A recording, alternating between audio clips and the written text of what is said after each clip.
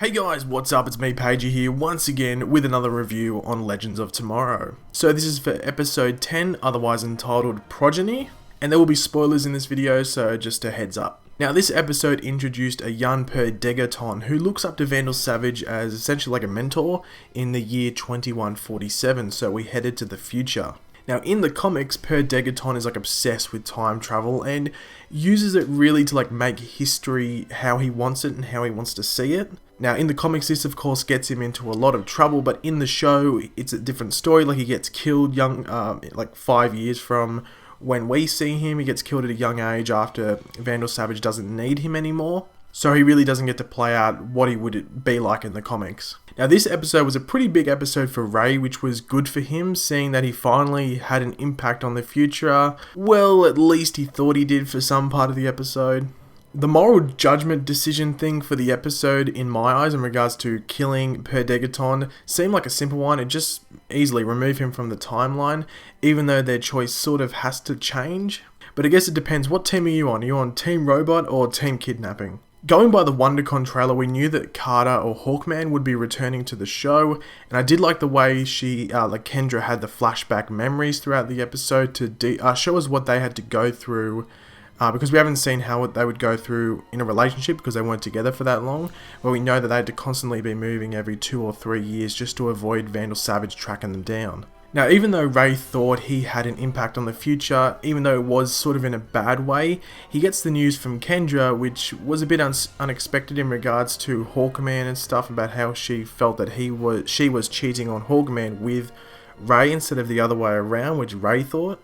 But then he got the even worse news that his brother, Sidney Palmer, took his design for the Atom suit and turned it into those robot things, and essentially his legacy. Now, obviously they mentioned that Sidney would have gone to Palmertech in 2016. We have yet to meet him, so I'm assuming that's just not going to happen because Ray would return in time to sort of prevent that from happening. Now, with Sarah being the mediator between Heatwave and Captain Cold, I thought this was really smart, saying that she has a somewhat friendship between the two, and it was good to see Captain Cold and Heatwave have that little fight at the end, which sort of, settled things up, I guess. But in regards to that, Sarah didn't have much impact on this episode, but it wasn't really a Sarah episode. I think we might see more Sarah in the next couple of weeks.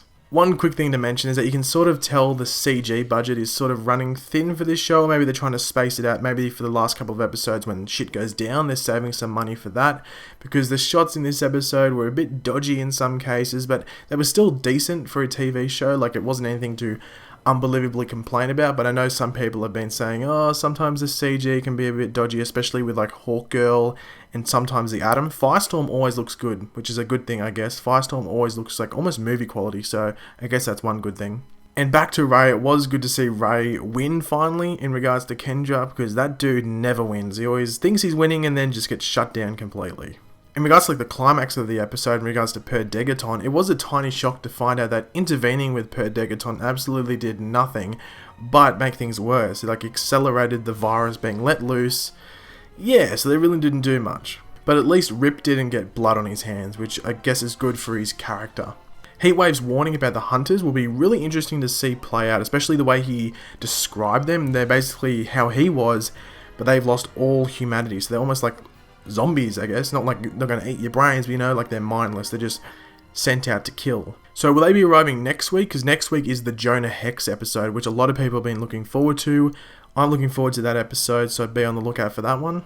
So thanks for watching, guys. Leave your opinions in the comment section below. What was your favourite part of the episode? What was the part of the episode that made you go, not the biggest fan of that? Leave them in the comment section below. If you enjoyed the video, make sure to leave a like and subscribe if you're new. I'll catch you later, guys. Goodbye.